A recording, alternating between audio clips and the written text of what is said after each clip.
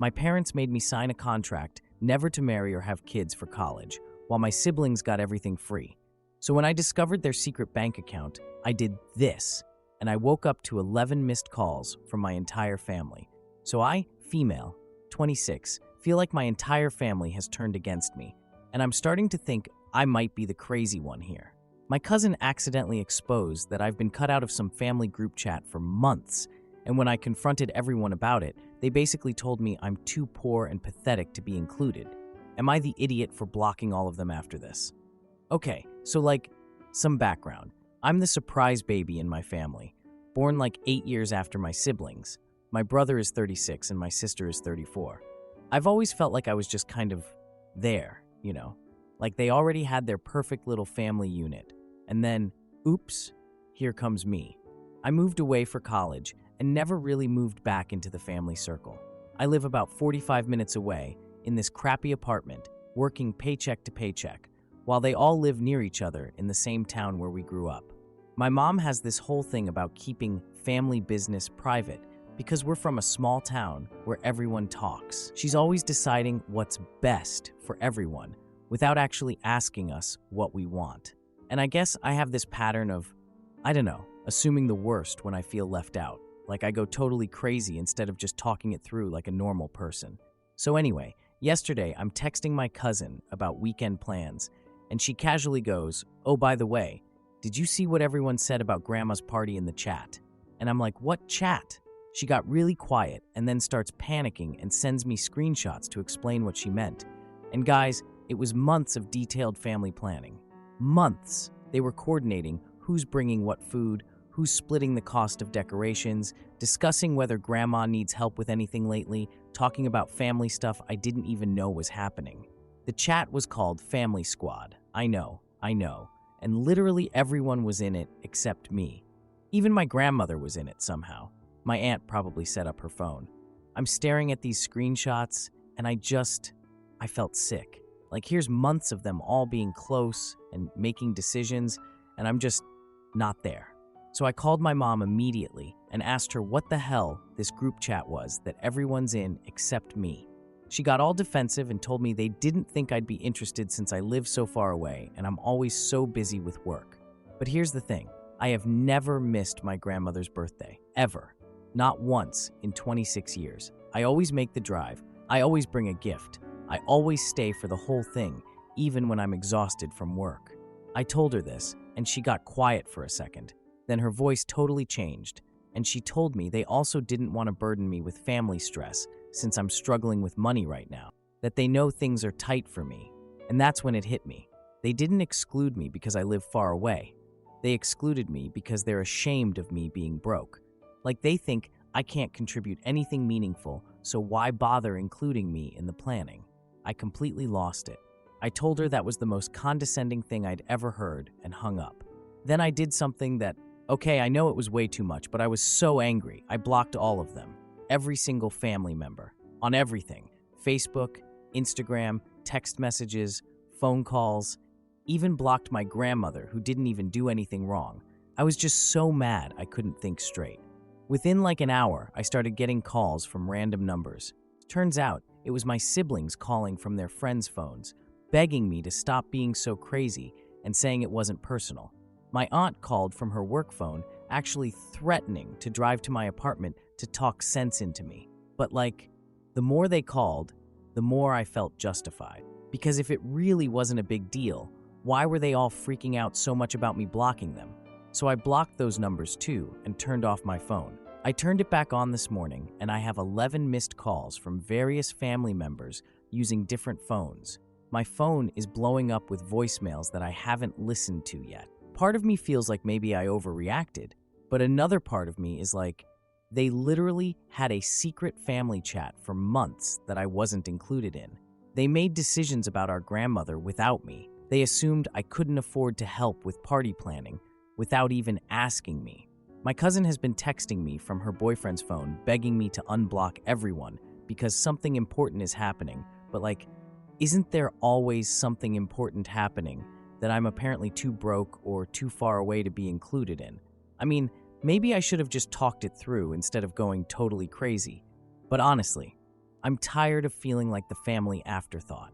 I'm tired of them making decisions about what I can and can't handle based on their assumptions about my life. Am I the idiot for blocking my entire family after they excluded me from their group chat? Or should I swallow my pride and unblock them?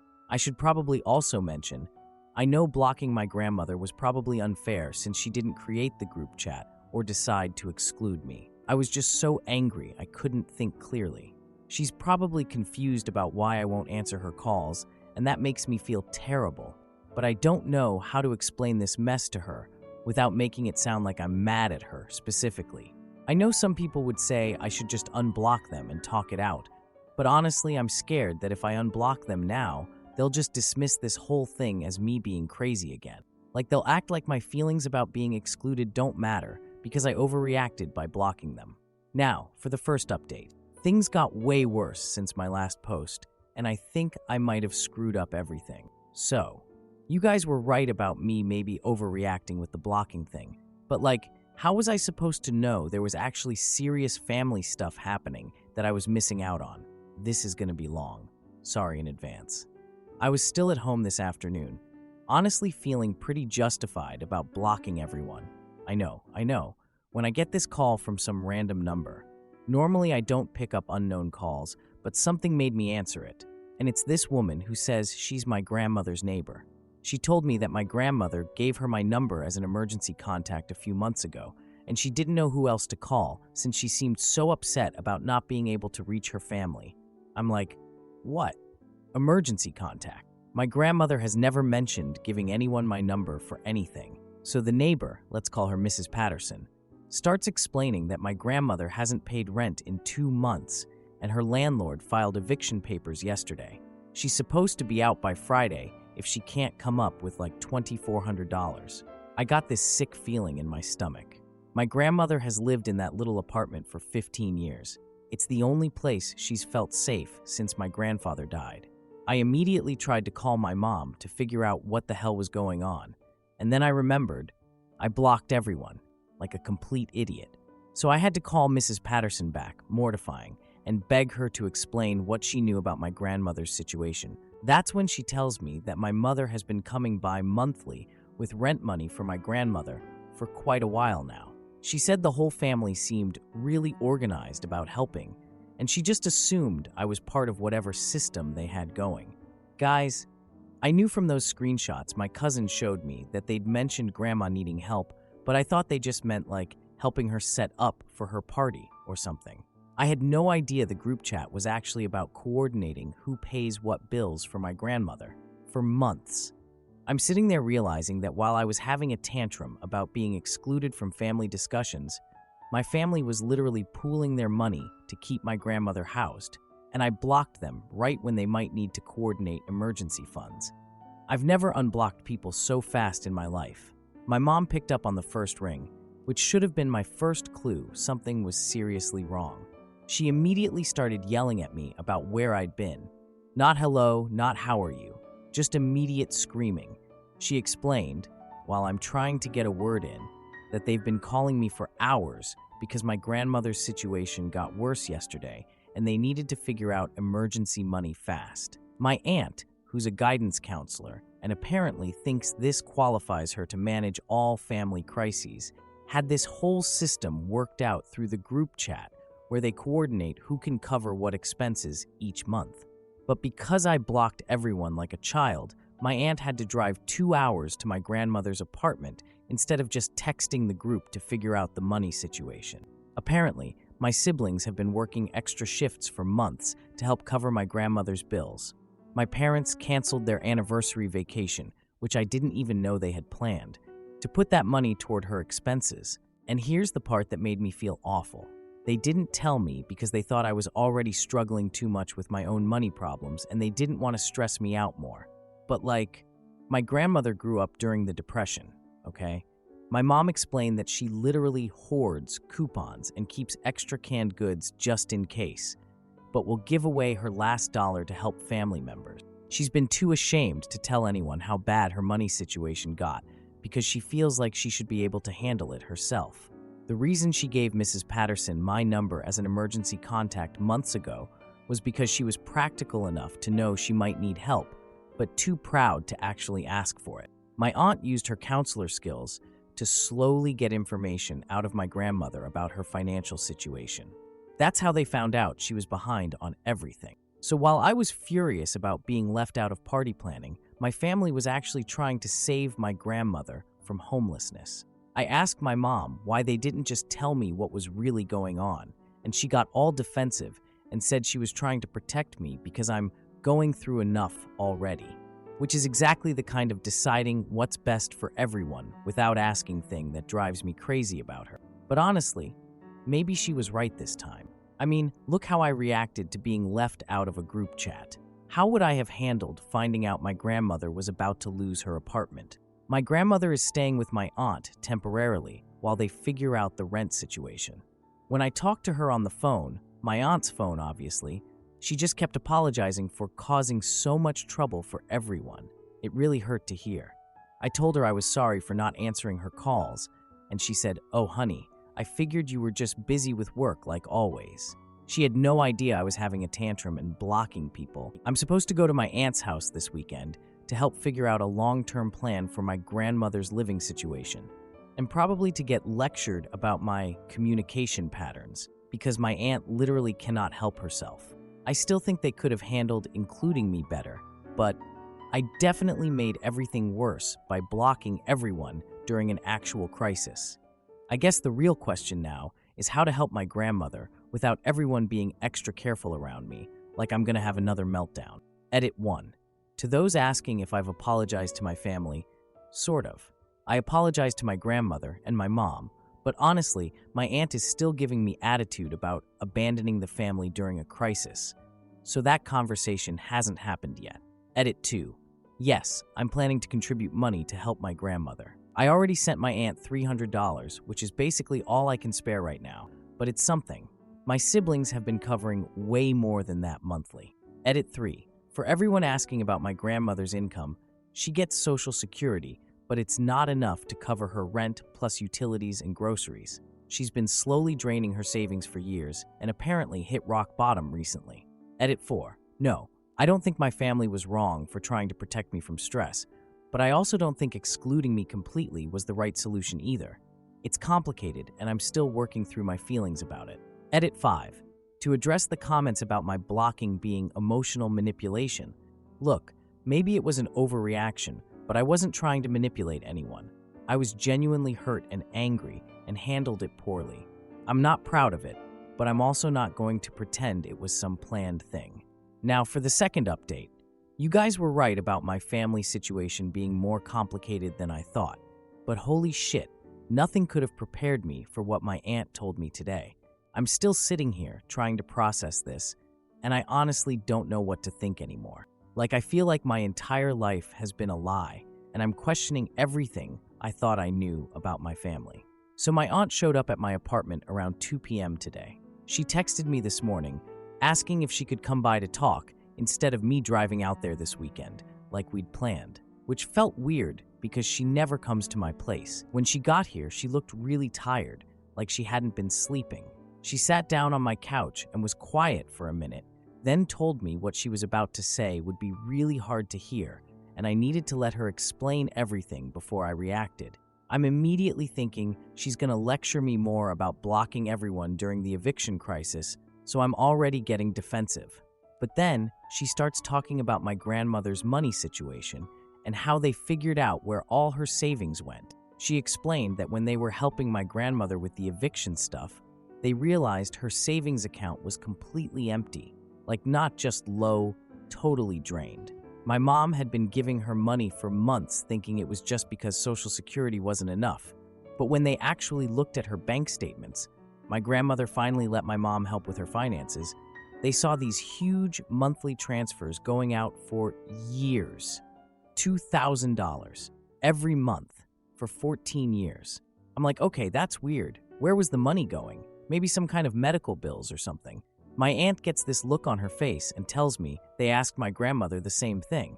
That's when she tells me they confronted my grandmother about the money, and my grandmother just broke down crying, completely fell apart. started apologizing over and over about being weak and not being able to let go. And then my aunt takes this deep breath and tells me the money was going to my uncle. I literally didn't understand what she meant at first. I'm like, what uncle? Thinking maybe she meant some distant relative I didn't know about. She told me it was my Uncle Mark, my dad's brother. You guys, my Uncle Mark died in a car accident when I was 12. We went to his funeral. I cried for weeks.